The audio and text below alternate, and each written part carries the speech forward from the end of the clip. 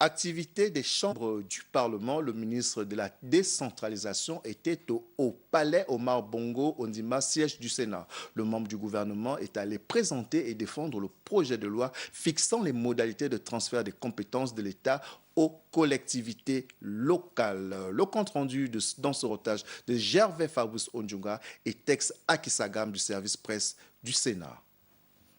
Le débat sur la décentralisation relancé au Parlement Bongo Ondimba du Sénat.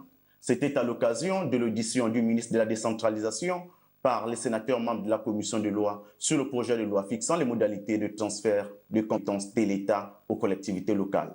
Ce projet de loi vient en application des dispositions des articles 209 et suivant la loi organique relative à la décentralisation qui fixe les principes de répartition et de transfert de compétences de l'État aux collectivités locales.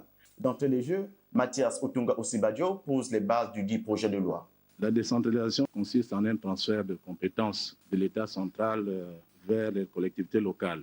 Nous visons par là un développement national qui concourrait à la promotion de la démocratie locale, à la participation des citoyens à la prise de décision. Ce projet de loi est en quelque sorte un acte de reconnaissance qui va rendre effective la loi sur la décentralisation adoptée depuis le 15 juin 2015. Plusieurs décrets d'application ont été initiés tant sur le mode de financement que sur le transfert des ressources humaines. Nous avons fait aboutir un certain nombre de documents, certains étaient déjà en préparation, d'autres l'ont été faits.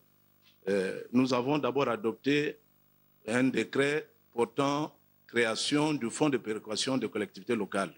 C'est l'instrument que la loi organique a prévu pour le financement de la décentralisation.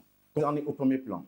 Les vénérables sénateurs ont souhaité, de tous les mots et de tous les vœux, l'effectivité de la décentralisation qui tarde à aboutir. Ils ont donc saisi cette occasion pour poser les problèmes de base liés, entre autres, au transfert des ressources humaines, au mode de financement et au fonds d'initiative départementale.